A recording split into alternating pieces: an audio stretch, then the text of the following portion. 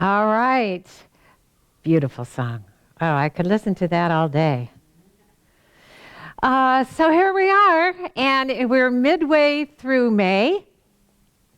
And I feel pretty sure that most of us have been on a spending spree, or we've at least taken a long, happy stroll or two through Bordines or Halls or any of the other nurseries that at the moment are so beautifully abundant with fresh plants and flowers and herbs.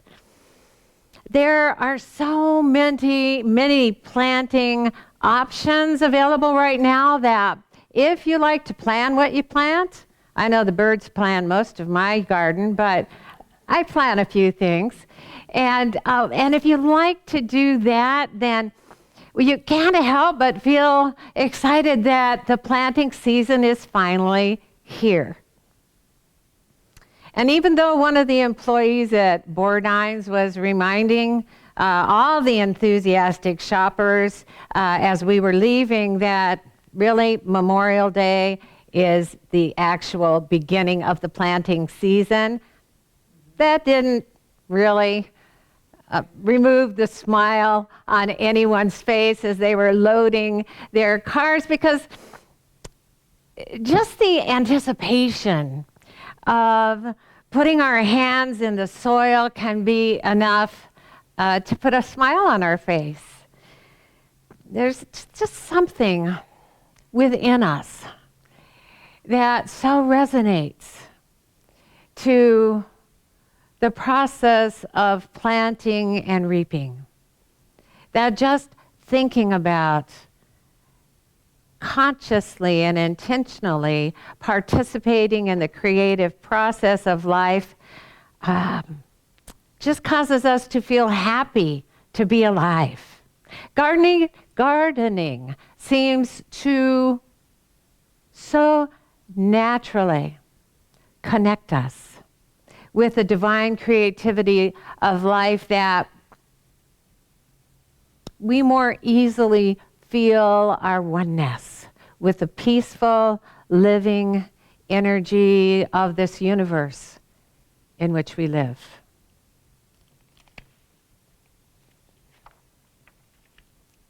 And such an awareness is good for our soul. Such an awareness can bring us peace no matter what may be happening in our life or in the world around us. The cultural anthropologist, Dr. Margaret Mead, wrote, "I love gardening.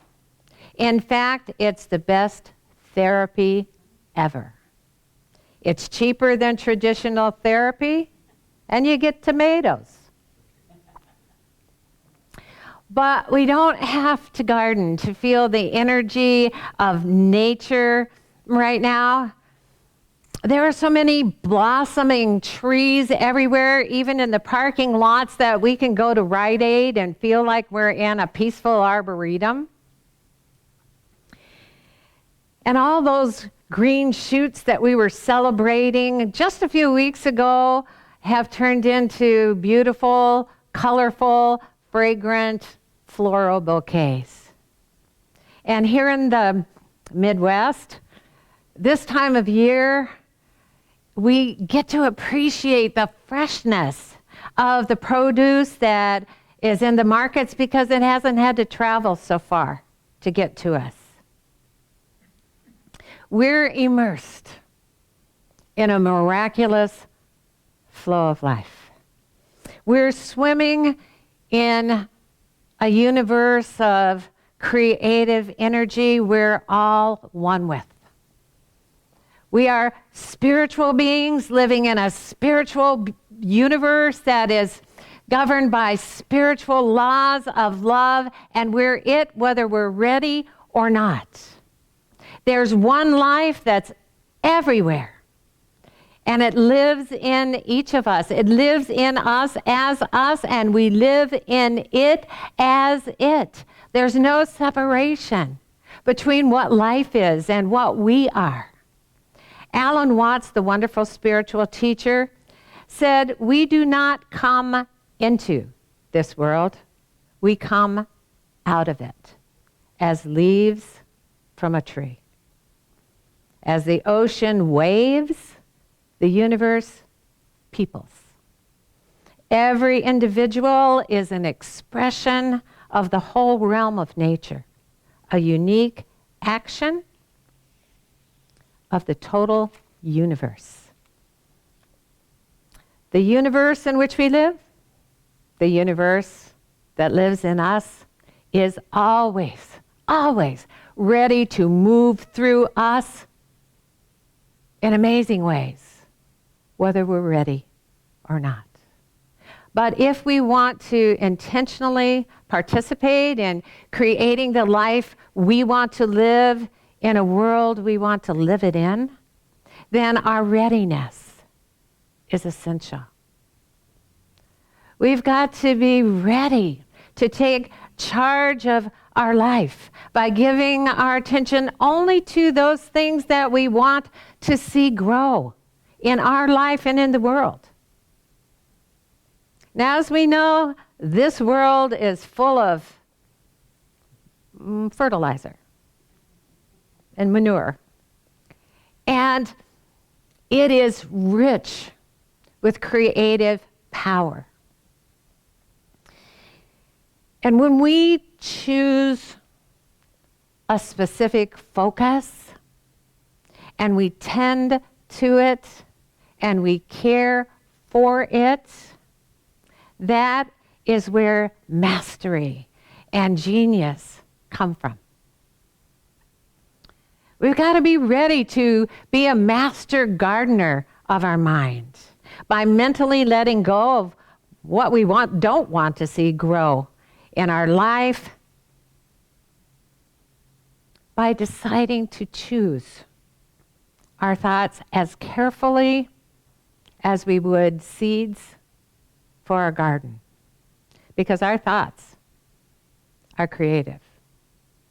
Like it or not, ready or not. And right now, just while we're sitting here, through our thoughts, we are creating our life, whether we want to or not. Ernest Holmes referred to the inner impulse to expand our life expression, to expand the self that we express in this world, to grow spiritually in our awareness and in grace and in beauty, as the divine urge that permeates all living things. So the first question we might want to ask ourselves this morning is, am I ready to expand and grow? Or does the idea of being more of who I am seem beyond me or even frightening to me? I mean, we get used to what we get used to. We make a habit of thinking about ourselves in a certain way and living our life in a certain way, and because it's a habit, it seems to harden around the edges. Dennis Merritt Jones wrote in The Art of Uncertainty that the divine urge is a voice that perpetually whispers in our inner ear, grow, grow, grow. But there seems to be another voice that often speaks much louder, the voice of fear that says, no, no, no, stay where you are.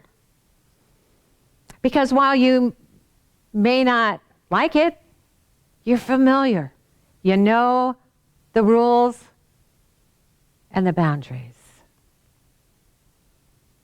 It may seem safe for us to stay right where we are, exactly as we are. To continue to believe what we've always believed without considering how our beliefs are limiting our life experiences.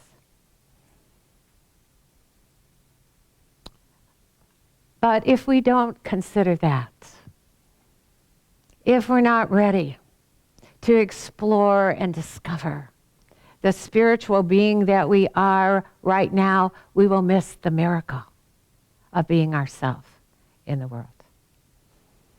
It's important for us to stop reacting to what we see in this world and to start choosing our responses in a universe that is always responding to us every moment. The law of attraction that governs this universe governs our life too, and it gives us more and more of whatever we focus on, whether we like what we're focusing on or not.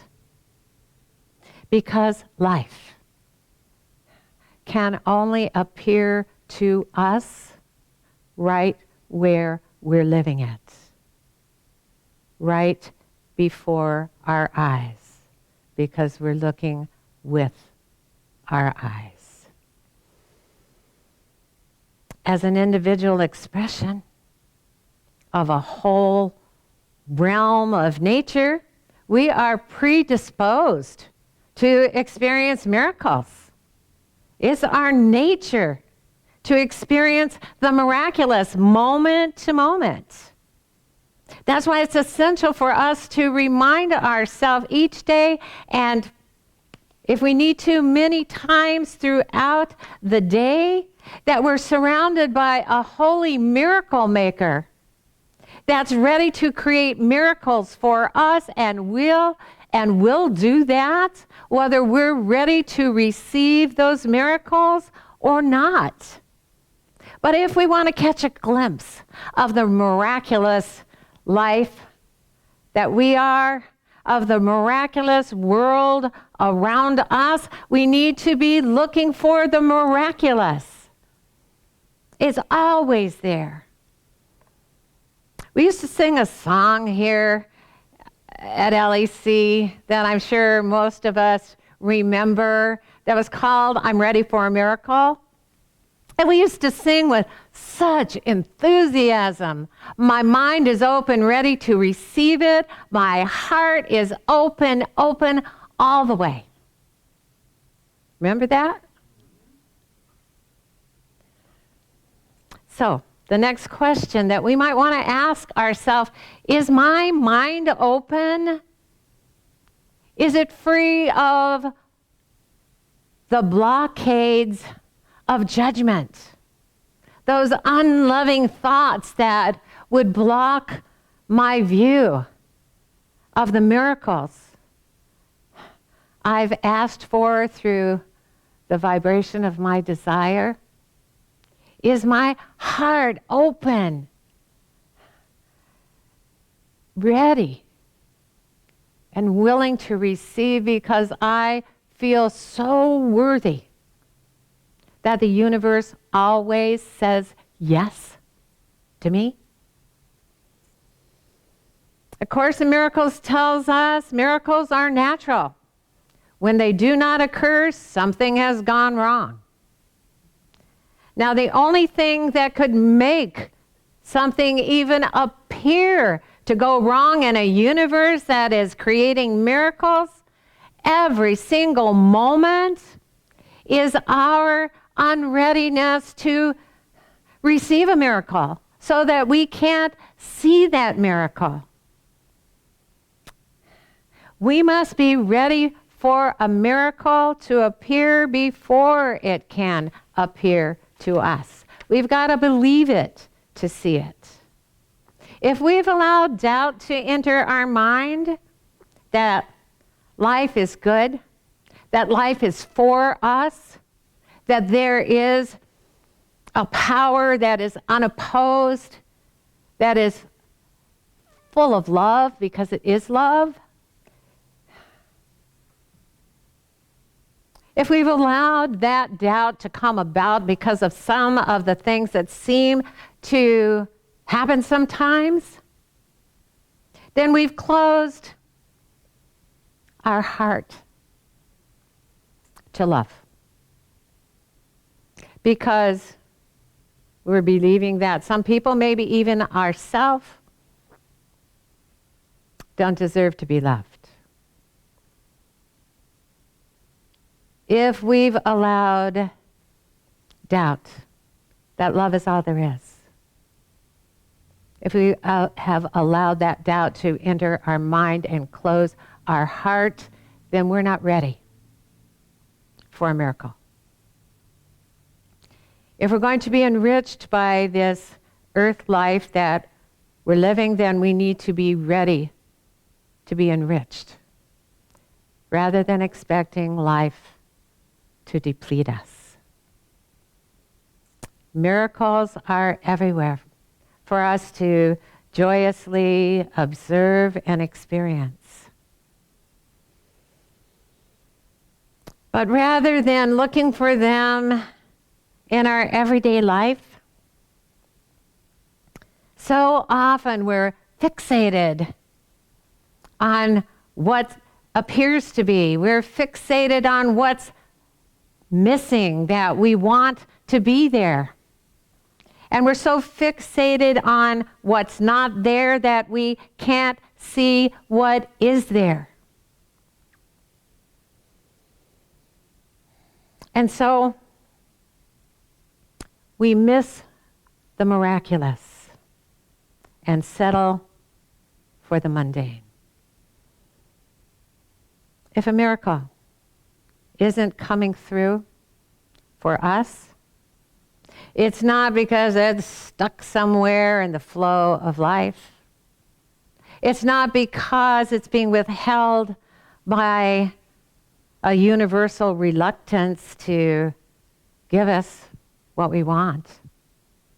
And it surely isn't because our prayers are being ignored by a preoccupied God that is busy answering everybody else's prayers but ours. Abraham Hicks tells us there is no shortage. There is no lack. There is no competition for resources. There is only the allowing or the disallowing of that which you are asking for.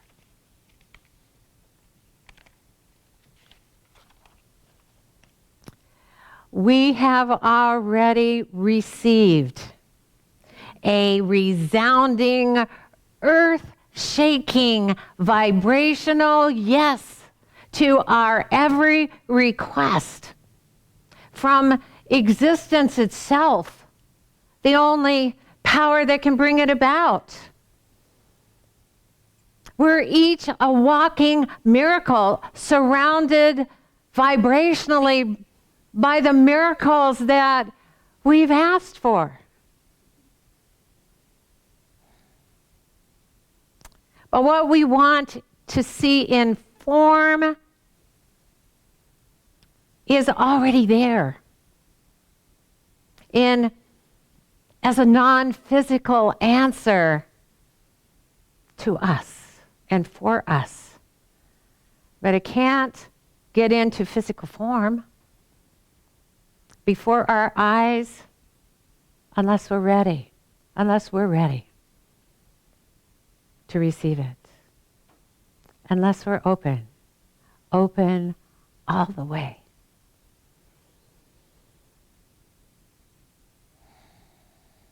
The pathway into physical form for anything in this world is through us. It's through our conscious awareness of the invisible presence that is miraculous right where we are, because we are that presence. Ernest Holmes wrote in the book Discovering a Richer Life, there is already something which is transcendent and triumphant, not only eternal in the duration of time, but omnipresent in the time in which we live. The transcendent and triumphant Spirit of life is always present in the time in which we live because we are one with that presence. We are a living representative of that presence. If we're here, it's here. Life supports us physically, emotionally, mentally, and spiritually, all at once. In this time in which we live. Every time when we let it. If we're not quite miracle-minded yet, but we'd like to be, we can at least be ready to be ready for the miracles that are natural to us.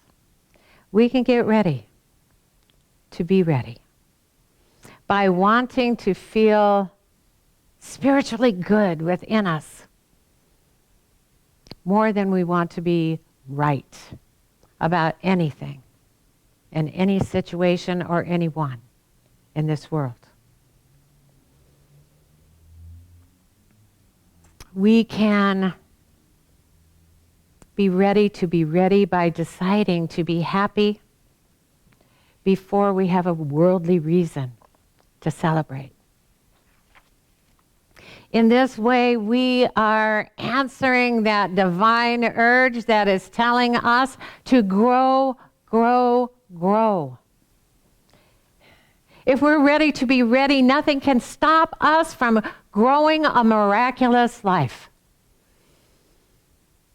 There's a story about a young disciple who asked his master, "When I am angry, what is the best mantra for me to say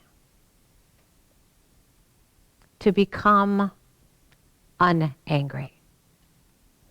And his master replied, "When you are ready to be unangry, any mantra will do." When we're ready to be unblaming, unjudgmental, unresentful, and unafraid, any positive thought, it doesn't matter what it is, will do. Because it's a readiness that allows the positivity through, and the vibration of positivity of any thought will do the trick. We just got to want it. A Course in Miracles tells us everything has been given you by God's decision. This is His will, and you cannot undo it. There's nothing that's withheld from us, ever. There's only the allowing or the disallowing by us of that which is already there for us. When our mind is open, ready to receive it, when our heart is open all the way, we're ready for the miracle that is always ready for us. Namaste. All right. Don't you feel like singing? We'll do that in the foyer after. Okay. So this is the time of our service when we get to say thank you. I believe we've said thank you several times, but you never can say thank you enough. And so we'll say it again. Thank you. Thank you for being here. Thank you for choosing to be here on this beautiful sunny day. Thank you for the smiles on your faces and the light that shines from you. Thank you for tuning in and being here if you're watching us live stream, or thank you for finding us during the week and watching this. Thank you for supporting this message of love. Thank you for financial support as well that allows us to continue it. more and more, and I've noticed more and more individuals are tuning in to the Life Enrichment Center. There's something good going on here. And if you want to know how to participate in that goodness financially, then there's no one better to tell us how to do that than our treasurer, Dr. Jamie Phillips.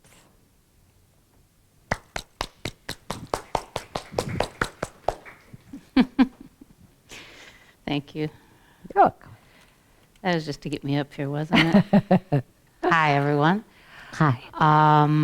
If you're tuning in online, you can donate to the Life Enrichment Center through Facebook. Hit the donate button on our Life Enrichment Center page. So it's facebook.com/Life Enrichment Center. On our website, we're at lecflint.com, and you can hit the contribute button. You can donate via PayPal, which our email address is 25LEC. Let's start that. LEC2512@gmail.com, or you can write us a check at Life Enrichment Center, 2512 South Dye Road, Flint, Michigan, 48532. And I'd like to invite Janice to come up, our gratitude receiver, and she'll take the offering in the sanctuary while we listen to Grateful by Nima Patel and Daniel Namad. Thank you.